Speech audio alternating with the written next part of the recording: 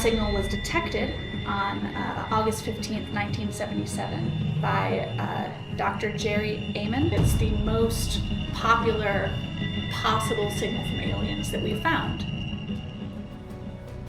दोस्तों, आज से 45 साल पहले हमें ब्रह्मांड से एक अजीब सिग्नल मिला जिसे वाव सिग्नल ये नाम दिया गया। इस सिग्नल की उत्पत्ति अब भी एक बड़ा राज बना हुआ है। ये सिग्नल कहाँ से आया, इसे किसने भेजा, ये आज भी कोई नहीं जानता। अब जबकि हकीकत की दुनिया में इसका रहस्य अनसुलझा है, वही Netflix science fiction series 3 body problem में ऐसा बिल्कुल भी नहीं है। तो ये वाव सिग्नल असल में science fiction saga 3 body problem से कैसे जुड़ा है, जानेंगे ये हमारे आज के वीडियो में। स्वागत है आपका विज्ञान 360 में।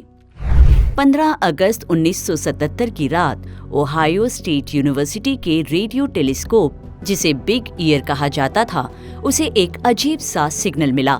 ये एक ऐसा तेज स्पाइक था जो खामोशी से घिरा हुआ था। ये इतना शानदार था कि इसे डिकोड कर रहे एस्ट्रोनॉमर जेरी अहमन ने इसके डेटा को सर्कल किया और इसके बगल में लिख दिया वाव। और इस तरह अंतरिक्ष की विशालता से मिले इस दिलचस्प स्पाइक को, जो शायद किसी एलियन सिविलाइजेशन द्वारा भेजा गया हो, वो वाव सिग्नल के रूप में जाना जाने लगा। उस वक्त search for extra terrestrial intelligence forum द्वारा बिग ईयर का इस्तेमाल किया जा रहा था। इस वाव सिग्नल में वो भी खासियतें थी जो एक एलियन सिविलाइजेशन में होनी चाहिए। कॉर्नेल यूनिवर्सिटी के फिजिसिस्ट फिलिप मॉरिसन और ग्यूसेप कोकोनी ने 1959 के एक पेपर में सुझाव दिया था कि अगर एलियंस ने कभी ब्रह्मांड में कोई सिग्नल भेजा होगा तो वो 1420 मेगाहर्ट्ज की फ्रीक्वेंसी पर होगा, जो स्वाभाविक रूप से हाइड्रोजन द्वारा बाहर निकाला जाता है। जी हाँ, हाइड्रोजन से, जो ब्रह्मांड में सबसे ज्यादा मिलने वाला एलिमेंट है, और वाव सिग्नल उसी फ्रीक्वेंसी पर है। एमन और उसके सहकर्मी इस भयानक सिग्नल को देख हैरान रह गए। एमन और दूसरी टीमों ने फिर से उसी डायरेक्शन में सुनने की कोशिश की, लेकिन इसकी तरह कोई दूसरा सिग्नल उन्हें नहीं मिल पाया। नेचुरल या इंसानों द्वारा बनाए गए सिग्नल के लिए मिला कोई भी सुझाव यानी एक्सप्लेनेशंस अब तक समाधानी वाले नहीं रहे। ऐसे में वाव सिग्नल एलियन सिविलाइजेशन द्वारा भेजे गए रेडियो सिग्नल का पता लगाने के लिए सबसे मजबूत उम्मीदवार बना हुआ है।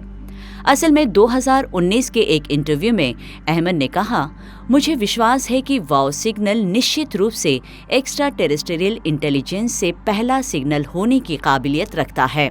Netflix science fiction series 3 body problem ये सदियों से फैले wild 8 episode alien invasion epic को आगे बढ़ाने के लिए वाव सिग्नल को एक प्लॉट डिवाइस के रूप में इस्तेमाल करता है।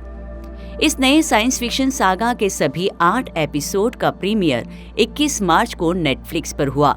ये वाव सिग्नल को खुद का स्पिन मुहैया कराता है।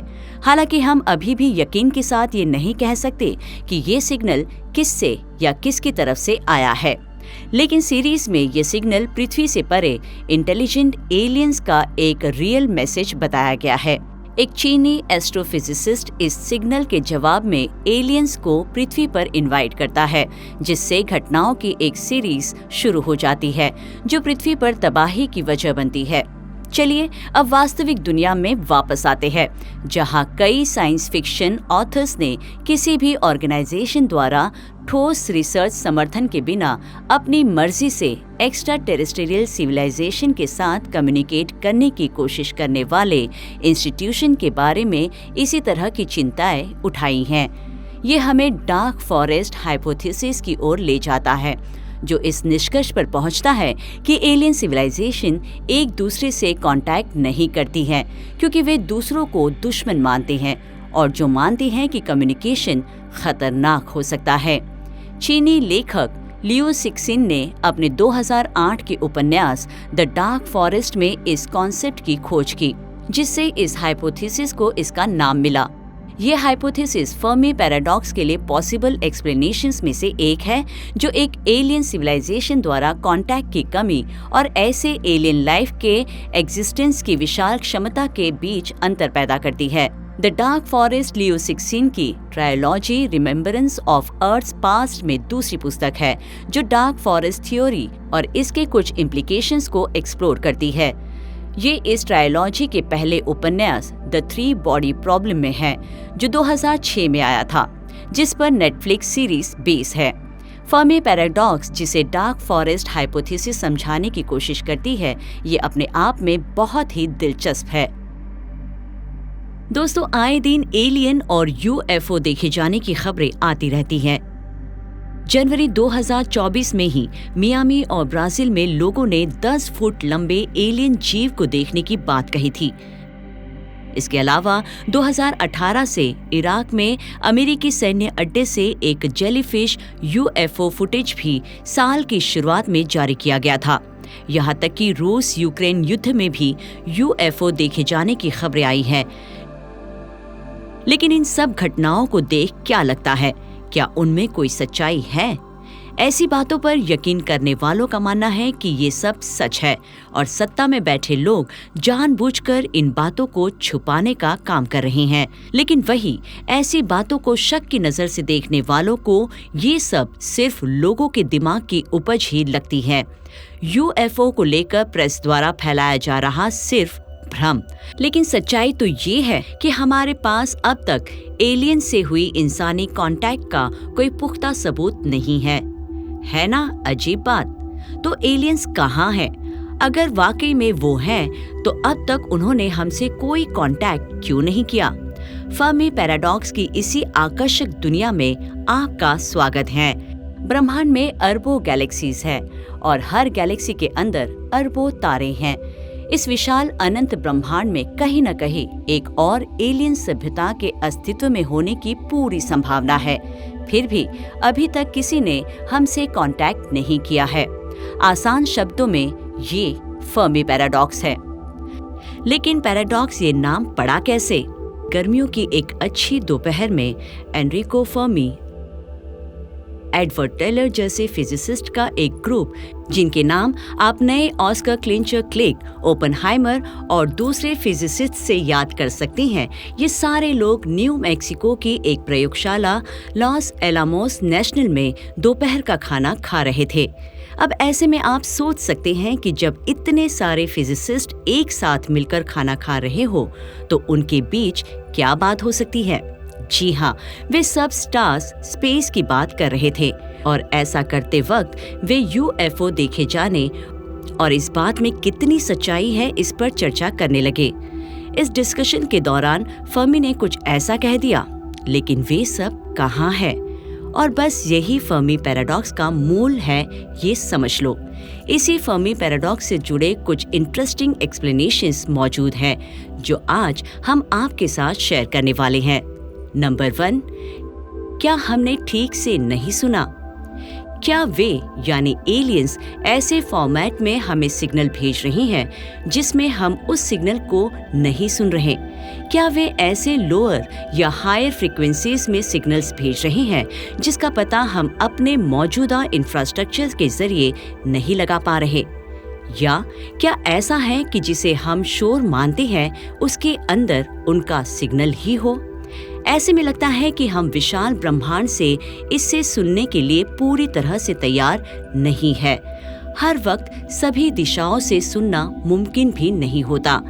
क्या इस तरह से हम उनके द्वारा भेजे जा रहे सिग्नल्स को मिस कर रहे हैं? इसका मतलब ये है कि जब किसी एलियन सिविलाइजेशन से रेडियो सिग्नल्स का पता लगाने की बात आती है तो हम पूरी तरह से कोइंसिडेंस पर डिपेंड होते हैं। यदि हमारे रेडियो एंटीना ठीक से डायरेक्शन में पॉइंटेड किए जाए, जहां से एक हाइपोथेटिकल एलियन सिविलाइजेशन हमें सिग्नल भेज रही है और जिस एग्जैक्ट फ्रीक्वेंसी पर वे भेज रही हैं उस पर ट्यून किया जाए, तभी और सिर्फ तभी हम उनसे कुछ सुन सकते हैं। नंबर 2, इंसानों ने काफी समय से नहीं सुना। एक और लिमिट फैक्टर है और वो है टाइम। हमारे ब्रह्मांड के अरबों साल के इतिहास की तुलना में इंसानों का वजूद वक्त का बहुत ही छोटा सा हिस्सा है। हम इतने कम समय के लिए अस्तित्व में हैं कि शायद हमें किसी एक्स्ट्रा टेरेस्ट्रियल सिविलाइजेशन से कुछ भी सुनने के लिए जितना टाइम चाहिए, शायद उतना टाइम हमें ना मिले। इसके अलावा रेडियो ट्रांसमिशन तकनीक हमारे द्वारा 1895 में विकसित की गई थी।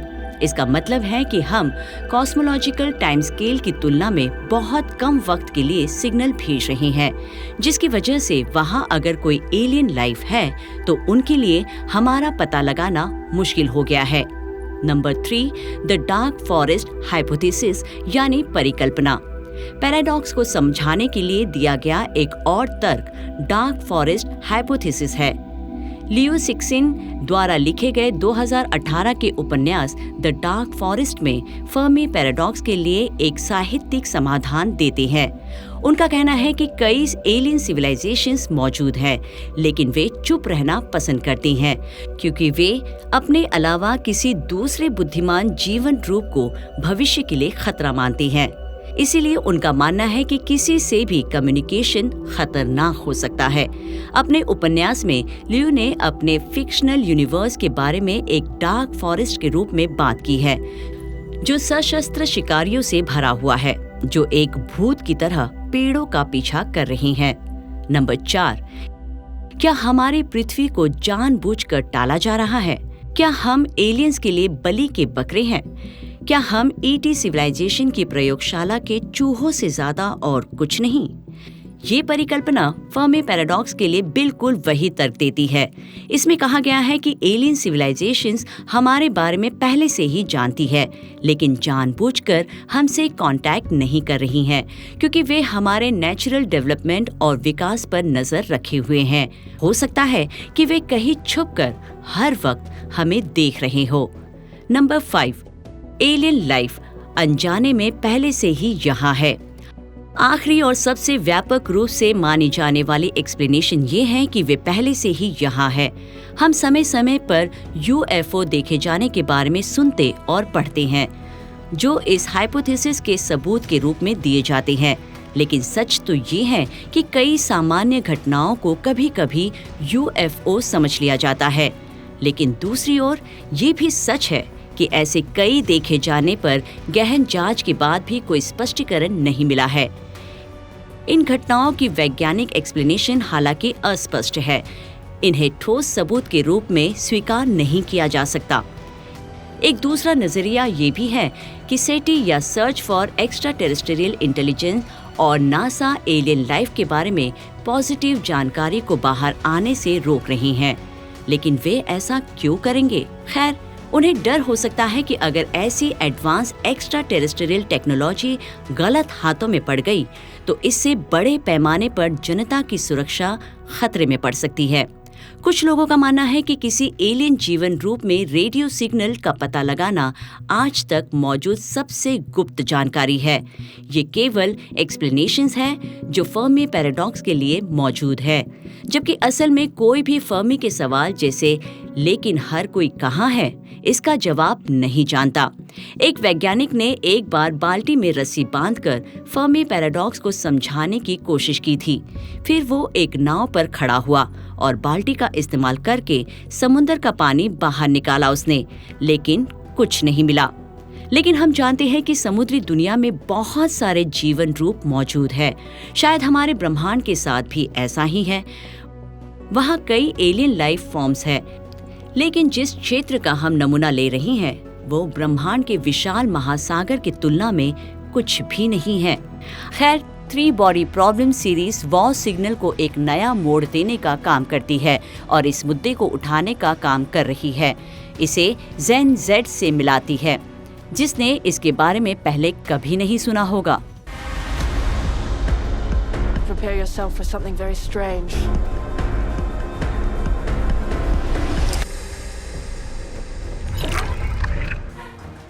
कौन जानता है, शायद ये 45 साल पहले हमें मिले इस रहस्यमय सिग्नल की उत्पत्ति का पता लगाने के लिए नए सिरे से कोशिश करें और इस प्रोसेस में एक्स्ट्रा टेरेस्ट्रियल इंटेलिजेंस की हमारी खोज को एक नई दिशा मिल जाए। आपको क्या लगता है? अपनी राय कमेंट कर हमें जरूर बताएं। विज्ञान से जुड़ी ऐसे ही इंटरेस्टिंग खबरों को जानने के लिए हमारे चैनल विज्ञान 360 को सब्सक्राइब करें और बेल आइकन को प्रेस करना ना भूलें।